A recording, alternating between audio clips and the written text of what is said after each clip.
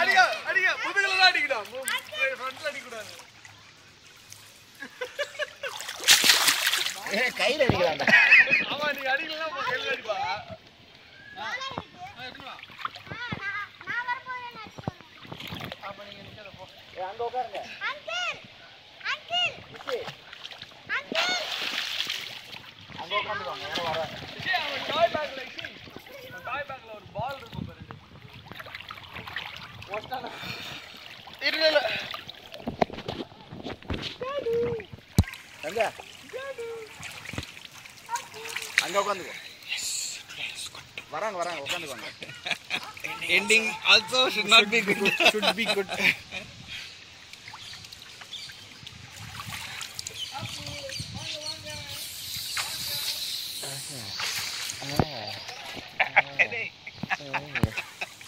அம்மா சொல்லிட்டீங்களா நான் எடுத்து போறேன்